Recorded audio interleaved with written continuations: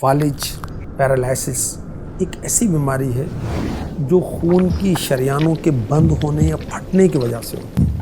اس بنا پر مریض کو لمبے عرصے تک معذوری ہو سکتی ہے۔ جب متعلقہ حصے کو خون آکسیجن کی فراہمی بند ہو جائے تو جسم میں کمزوری سمیت کئی علامتیں ظاہر ہو جاتی ہیں۔ اس سے جسم کا متاثرہ حصہ کم کام کرتا ہے یا بالکل ہی کام کرنا چھوڑ دیتا ہے۔ فالج سے حفاظت کے لیے مچھلی کے سر کی یخنی سوپ استعمال کرنا بہت مفید ہے۔ جدید ریسرچ کے مطابق امامہ شریف کا شملہ جو ہے اسے شملہ کہتے ہیں، یہ جسم کے پچھلے حصے کو فالج سے محفوظ رکھتا ہے۔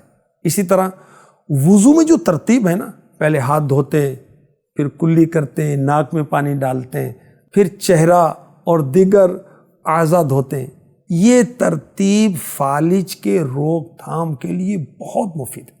روحانی علاج بھی سن لیجئے، یا اللہ 100 بار 100 ٹائم سوتے وقت پڑھنے سے انشاءاللہ الکریم فالج اور لکوے سے حفاظت ہوگی۔